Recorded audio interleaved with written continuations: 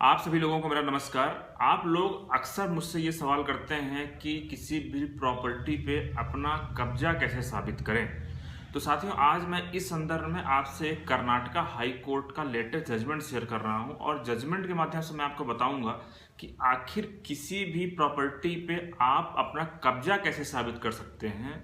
और आप, चूंकि आपको इस बात की जानकारी होगी कि आपको जब किसी प्रॉपर्टी पे कब्जा साबित करना होता है तो आप केस किस बात के लिए फाइल करते हैं, डिक्लेरेशन के लिए, परमानेंट इंजंक्शन के लिए, मतलब कि कोई आपको डिस्टर्ब ना करे उसके लिए केस फाइल किया जाता है। अब साथियों, कृषि भूमि के मामले में क्या समस्या होती है कि अगर ये दो भाइयों के बीच है तो दोनों भाई आपस में दावा करते हैं कि ये प्रॉपर्टी मेरी है, इस प्रॉपर्टी पे मेरा कब्जा है, मैं इस पर खेती कर रहा हूँ। तो इस कंडीशन में आप कैसे साबित कर सकते हैं कि ये जो प्रॉपर्टी है उस पर आपका कब्जा है और उस प्रॉपर्टी के असली मालिक आप हैं। तो साथियों, सबसे पहले मैं आपको ये बता दूं, सबसे जो महत्वपूर्ण होता है कि वो जो प्रॉपर्टी है जो उसके खसरा नंबर चले आ रहे हैं पूर्ववत। मैं आपको एक एक करके अलग अलग एविडेंस की चर्चा करूंगा कि कौन कौन से एविडेंस महत्वपूर्ण हैं और किस प्रकार महत्वपूर्ण है।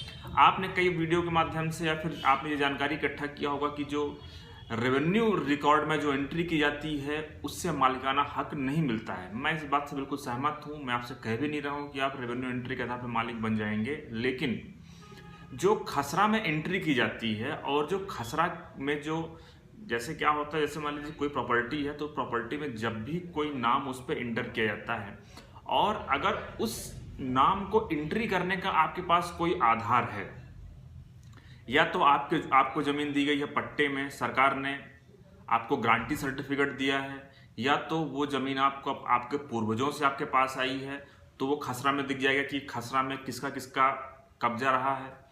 तीसरा ये है कि अगर आपको किसी ने गिफ्ट किया है, अगर आपने उसको खरीदा है तो वो ग्राउंड होता है और उसके आधार पे रेवेन्यू रिकॉर्ड में एंट्री की जाती है।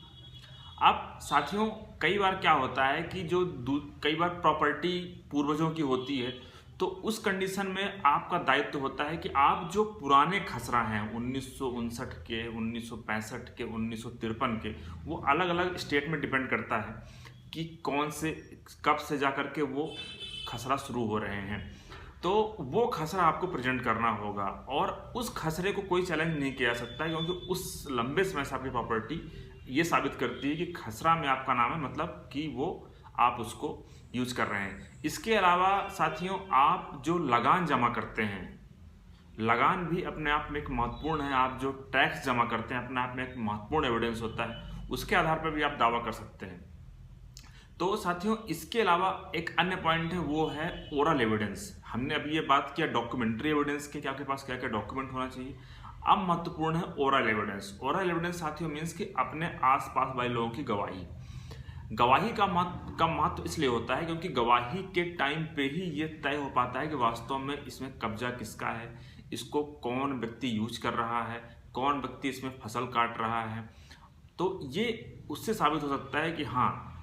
इसके अलावा अगर मान लीजिए कि आपने जो वहाँ पे जो फसल वहाँ पे उगाई है उसको अगर मान लीजिए आप बेचने गए हैं, सहकारी सोसाइटी वगैरह में आपने बेचा भी है, तो वो भी अपने आप में उसकी रिसिप्ट आपके पास एक एविडेंस होती है कि भाई हमने यहाँ से फसल काटा, हमारा कब्जा है और उसको ले जा करके हम वहाँ पे इसको बेच रहे हैं, ये हमारा रजिस्ट्रेशन है। तो इस प्रकार से ये फैक्ट होते हैं, ये डॉक्यूमेंट्री एविडेंस होता है और ओरल एविडेंस होता है, जिसके आधार पर साबित कर सकते हैं कि इस प्रॉपर्टी पे मेरा कब्जा है और मेरा कब्जा लगातार निर्बाध रूप से चला रहा है और इसका मालिक मैं ही हूँ।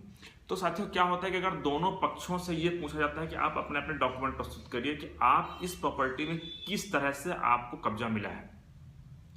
अब चूंकि अगर प्रॉपर्टी आपकी है, आपके पास कब्जा है उसका, तो निश्चित रूप से वो जो मालिकाना हक है वो आपके पक्ष में ही होगा। अब दूसरी बात ये साथियों कि कई बार लोग कहते हैं कि इसमें स्टे कैसे मिलेगा। तो साथियों, स्टे के लिए आपको साबित करना पड़ेगा कि आप वहाँ पे शांतिपूर्वक वहाँ पे निवास कर रहे हैं, भले ही कुछ परिस्थितियों में आपके पास डॉक्यूमेंट ना हो, लेकिन अगर आप अपना कब्जा साबित कर देते हैं तो जो स्टे है वो आपके पक्ष में ही होगा। और फिर जो केस का फैसला चलेगा तो वो फैसला डिपेंड करता है डॉक्यूमेंट्री एविडेंस पे, ओरल एविडेंस पे।